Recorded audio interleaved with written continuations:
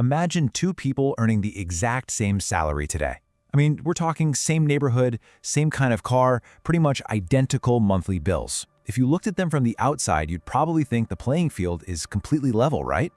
But fast forward 10 years, and the picture looks entirely different. One of them now owns multiple investments, is bringing in passive income, and has a net worth that's just shooting up. Meanwhile, the other person?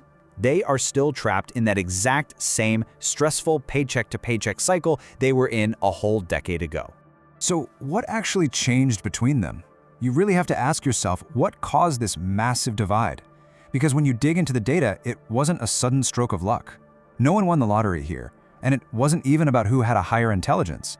It was simply about understanding how wealth actually grows in our modern economy. Welcome to Nordic Wealth, where we explore personal finance, investing, AI, and long-term wealth building using practical, research-based insights. Today, we're breaking down this growing wealth gap across 6 key areas: income versus true wealth, the power of ownership, the cost of waiting, the lifestyle inflation trap, the financial education gap, and adopting a wealth mindset. Let's get right into this explainer so you can learn how to make smarter decisions and avoid falling behind. Let's kick things off with Section 1, Income versus True Wealth, or Earning versus Owning. Now, a massive misconception out there is that a high salary automatically equates to wealth. People naturally assume that if they just land that big promotion and earn more money, they'll instantly be wealthy. But here's the reality. Income and wealth are two completely different concepts. Income is merely what you earn. It's just the cash flowing in from your job. True wealth, however, is what you actually own after subtracting what you owe. It's your net worth. It is the capital that sticks around long after the act of earning stops. To put that into perspective, consider a consistent investor earning $70,000 a year. By actively saving and building up their assets, they can absolutely blow past a high earner making $150,000 a year who just spends everything they make. It's crazy, but it proves that to really get ahead, we have to aggressively focus on building our assets rather than just maximizing our paychecks. Moving on to Section 2, the power of ownership, building your assets. This right here is the actual engine room of long-term financial success. You see, the wealthy focus intensely on accumulating things that will continuously grow in value or generate independent income. Instead of just buying more consumer goods, they're essentially buying pieces of the economy. We're talking stocks, index funds, ETFs, private businesses, rental properties, and even intellectual property.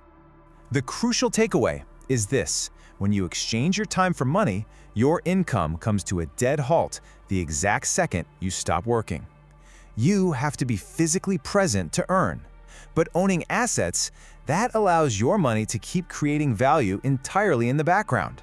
Your assets keep working while you're sleeping, while you're on vacation, or when you finally decide to retire. But knowing what to buy is only half the battle. Let's hit Section 3, the cost of waiting. Time is valuable.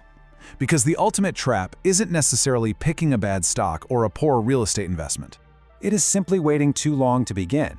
The math of compounding is undeniable. Imagine two people investing the exact same amount of money each month. The one who starts at age 25 builds an almost insurmountable advantage by age 65, compared to someone who delays until they are 35. Time is, quite literally, your most valuable resource. Which brings us to Section 4, the lifestyle inflation trap, the spending trap.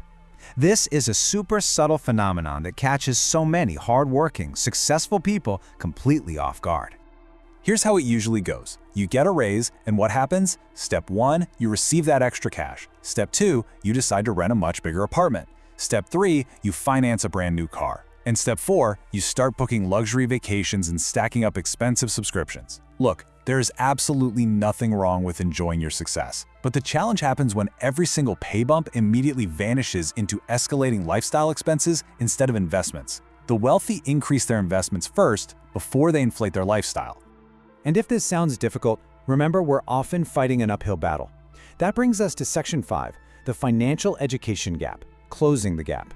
It is totally not your fault if these concepts feel completely foreign at first. Schools teach us many wonderful and vital subjects, but they frequently leave us entirely in the dark about the mechanics of daily financial life. I mean, millions of people finish their formal education without ever being taught how investing actually works, how to properly leverage credit, how taxes dramatically affect long-term wealth, or even how compound growth functions. Fortunately, you do not need a formal finance degree to close this gap. You really just need to tap into trusted educational resources to steadily improve your financial literacy over time.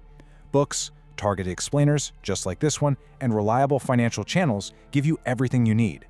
You hold the power to educate yourself, entirely at your own pace. So, how does all this knowledge change our daily habits? Finally, Section 6. Adopting a wealth mindset, thinking long-term. There is a tiny but incredibly profound psychological shift that separates consumers from investors. When looking at a purchase, your standard consumer just asks, how much does it cost today? But the wealth builder? They ask an entirely different question. Will this create value for me in the future? That one little perspective shift completely changes how you approach spending, saving, and your long-term planning. As we wrap up this explainer, I want you to remember that falling behind or getting ahead isn't about one single catastrophic failure or one lucky break. The wealth gap grows because of thousands of small financial choices made consistently over time. It's those small daily habits that build massive foundations. You don't need to be perfect, and you certainly don't need to be already wealthy